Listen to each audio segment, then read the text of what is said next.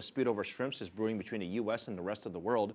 The U.S. International Trade Commission says imported frozen shrimp is unfairly subsidized and hurting domestic producers here in America. That could mean punitive taxes on shrimp imports, which would also damage some of the world's largest exporters. Tony Cheng has more. Thailand is the world's leading exporter of frozen farmed shrimp. Aqua farms like this one raise the fry in a life cycle of about 6 months.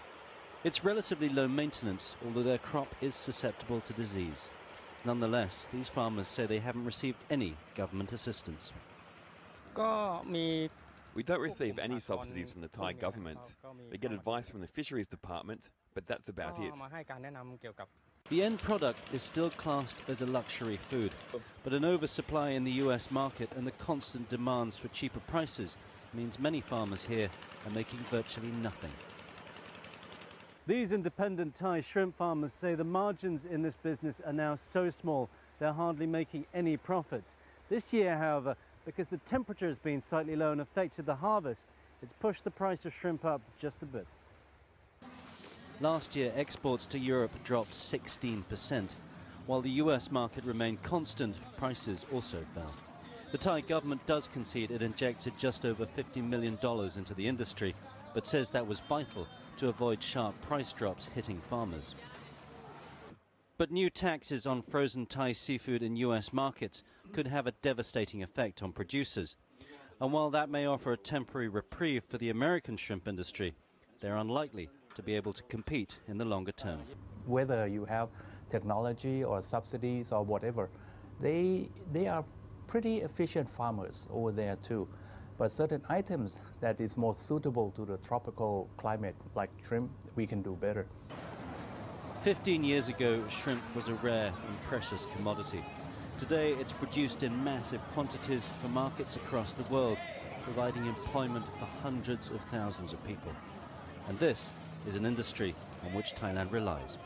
Tony Cheng, Samut Sakhon on the eastern Thai seaboard. Meanwhile, shrimpers in the Gulf of Mexico say there is too much suffering. They are struggling because of low prices, which they say are hurting family-run shrimp boats. Ginger Vaughn reports from Port Arthur, Texas. It is hard times for shrimpers in the Gulf of Mexico. The import of shrimp from other countries, which fishermen here say is unfairly subsidized, is hurting family-run shrimp boats and their workers. It's a big deal because we lose money. Everybody loses money. Even the owner of the company loses money. We just got to keep on working, make money, make our living. 20 years ago, 80% of shrimp consumed in the U.S. came from domestic shrimpers, with 20% imported. These days, more than 90% of shrimp eaten in the U.S. is imported, and the rest comes mainly from Gulf fishermen.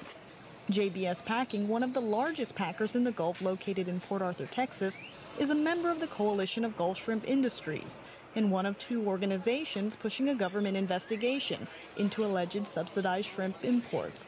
The firm's president, Trey Pearson, says if something is not done, the U.S. shrimp industry will die. It's very apparent that there's no way for us to compete with the infrastructure injections that these guys are getting. What it does is allows them to produce prices and set levels of pricing that are not realistic, and are actually very harmful to the domestic industry because it allows a product to come in that's not at the level that we can compete against. I mean, it's just very unfair trade practice. The ITC has ruled that that was an illegal practice, and it's just something we'd like to at least have a level playing field to attempt to compete. Shrimpers here in the Gulf say times have been tough here for quite a while. These shrimp, which are higher quality than they were a decade ago, are now fetching a selling price of 40% less. Straight off the boat, this shrimp used to fetch $9 a pound. These days, shrimpers are lucky to even get $5. Shrimp boats are primarily family-run in the Gulf. 95% of workers are Vietnamese or Hispanic, with few other work options. Well, it affects everybody. It affects our family too because we don't take enough money to our house and stuff. And especially the owners of our company, they lose money because they don't get to sell the shrimp because they're buying it for somebody else. Shrimpers say despite hard times, they have to keep on working and hope to catch a fair price. Ginger Vaughn, CCTV, Port Arthur, Texas.